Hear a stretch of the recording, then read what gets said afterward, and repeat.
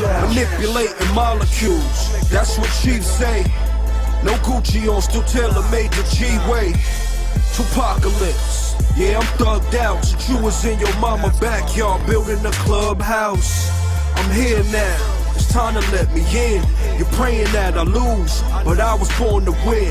It's time to lock it down. March the 1st, 2011. The night was supposed to be a celebration in Boston's Theater District. Inside Underbar, a well-known nightclub on Tremont Street, Cambridge rapper Millyz was hosting a mixtape pre-release party. Artists, fans, and music industry insiders were in the building. Among them was Jamie Lee, known on the mic as Roc Dukati, a rising Roxbury hip-hop artist whose buzz was just starting to break through city limits. He had momentum, a movement, and something real to say, but within hours he'd be dead. By 2 a.m. the club let out and the crowd spilled onto the streets. That's when everything fell apart. According to police, a fight broke out outside 285 Tremont Street, involving several men who had attended the party. Voices rose. Words turned aggressive. Then came the sound that would shake Boston's hip-hop community to its core: gunshots. The violence didn't stop there. Investigators say shots were fired both on Tremont Street and inside a nearby parking garage across the street. By the time first responders arrived, the damage had been done. 2 men had been shot. One of them was Jamie Lee. He and the other victim, a 24-year-old man whose name was never released, were already en route to Boston Medical Center.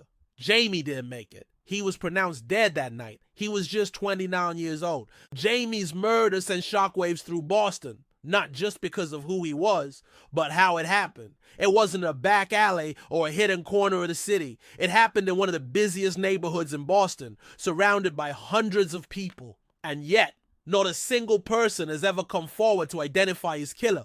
To this day, his murder remains unsolved. Boston police say the lack of cooperation has formed a wall of silence around the case. Detective Frank McLaughlin walked Boston 25 News through the crime scene years later. Surveillance footage showed crowds everywhere, on the sidewalks, in the garage, scattering as shots rang out. From what we understand, there's loud words going back and forth. A lot of yelling and screaming, and the shots were fired, McLaughlin said. But when officers tried to get answers, no one was willing to talk. That silence frustrates Sergeant Detective John Brown, who was on the scene that night.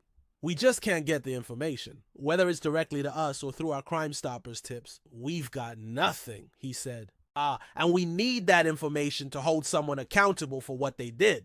In the aftermath, police made 2 arrests, but not for the murder. Andrew Flannery, 26, of Brockton, and Joshua Hollis, 22, were both charged with carrying firearms without a license. They were found in separate cars inside the garage shortly after the shooting. Prosecutors held Flannery on $25,000 cash bail. He was already known to law enforcement.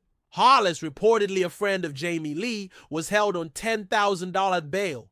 His lawyer said Hollis was devastated by Jamie's death and wanted police to test his gun to prove his innocence. But neither man has ever been named as a suspect in the murder. For Jamie Lee's family and friends, the grief has never faded. His parents, Alan and Tina Lee, described Jamie as a family man, a loyal son, and a proud father to his young son, Jamie Jr. "He was so proud of that child," said Tina. "He told me all the time, 'Ma, that kid is going to be something one day.'" Jamie Jr., now a teenager, remembers his dad with both love and pain. "He's my friend, Dad. I don't know. I just miss him a lot," he said in an interview. Through tears, he added, "If I was the one that did this to someone or someone else's family, I wouldn't be able to sleep at night, especially if they had a son."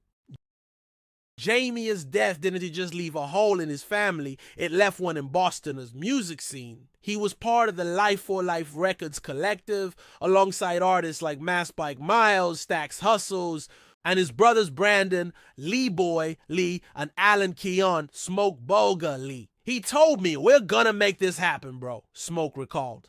"I'm gonna work till I'm dead because his name cannot go in vain." Roc Dukati had just shot a music video with Harlem rappers Cameron and Vado for their track, "How You Living." It was scheduled to air on MTV Jams just weeks after his death.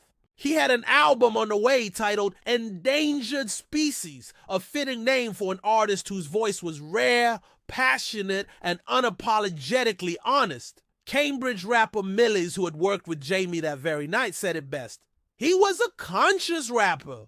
That's what people don't know. He talked about what he had lived through. If he wasn't talking about his own experiences, he was talking about the problems that go on in the world. Not too many people stand up for what they believe in like he did. He never compromised. Back at Jamie's family home, there's a room called the Roc Room, where his memory lives on in music, photos, and legacy. But for the Lee family, it's not enough. They want justice. We hear so many different stories, said his father, Alan. And for us, it's devastating because we don't know the truth. More than a decade has passed since Jamie Lee was gunned down in the heart of Boston's nightlife scene. The case has seen arrests, rumors, and grief, but still, no answers, no accountability, no closure. What makes this story even more tragic is how much potential was lost. Jamie Lee wasn't just a rapper. He was a father, a son, a brother, and a voice for his city. He believed in his art, and he stood firm in his truth. His album was titled Endangered Species, and looking back now, the name feels prophetic. He represented a type of artist Boston needed, real, reflective, and fearless. Out the coop on the block.